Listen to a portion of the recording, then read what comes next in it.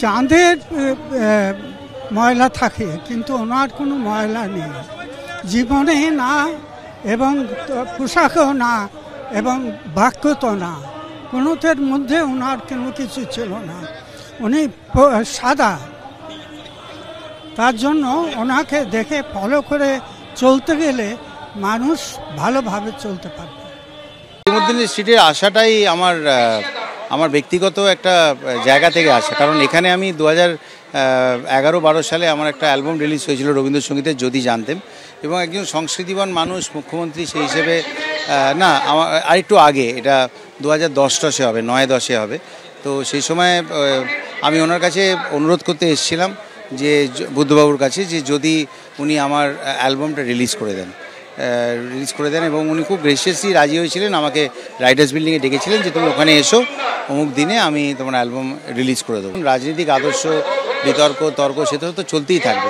তো আজকের দিনে মানুষ বুদ্ধদেব ভট্টাচার্য এবং রাজনীতিবিদ বুদ্ধদেব ভট্টাচার্য, ওটাকে সম্পূর্ণ আলাদা করে দেখা উচিত।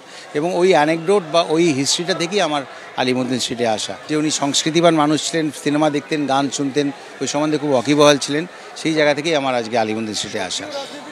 বুদ্ধদেব ভট্টাচার্য ডেফিনেটলি একজন অত্যন্ত বড় ব্যক্তিত্ব। যে সাতজনের কথা বলা হয়, বাম আন্দোলনে যে সাত মহারথীর কথা বলা হয়, উনি তাদের মধ্যে একজন উল্লেখযোগ্য মানুষ। বুদ্ধদেববাবু যদি একটা ভয়েস বাইটও দিতেন, ওনার যারা কর্মী তারা উজ্জীবিত হতেন, এটাই আমরা দেখেছি। তো ডেফিনেটলি আলটিমেটলি চলে যাওয়াটা, তা ডেফিনেটলি একটা আজকে একটা দিন, ডেফিনেটলি গতকাল সেই দিনটা যেদিন উনি ওনার নশ্বর দেহ ত্যাগ করলেন। একটা মঞ্চে আমি একটা কবিতা বলেছিলাম, মনে আছে আমার, উনি মুখ্যমন্ত্রী হলেন প্রথম, তো রবীন্দ্রনাথের পরিচয় কবিতাটা আমি আবৃত্তি করছিলাম। উনি তার সকল মঞ্চে উঠলেন, এসে বললেন, আমি শেষ করে বসলাম, উনি বললেন যে এ তো আমি বলবো ভেবেছিলাম, আপনি বলে দিলেন, আমি আর কি বলবো, আপনার তো বলার অনেক কিছু আছে। উনি একাধারে লেখক, সাহিত্যিক, নাট্যকারও বটে।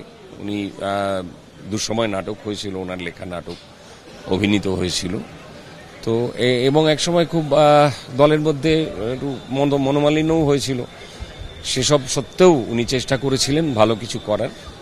উনি বলতেন যে এই আনন্দবাজারেই প্রচুর আছে, ওনার ইন্টারভিউ আছে, যেখানে উনি বলেছেন যে ভারী শিল্প আসা উচিত ভবিষ্যৎ প্রজন্মের জন্য।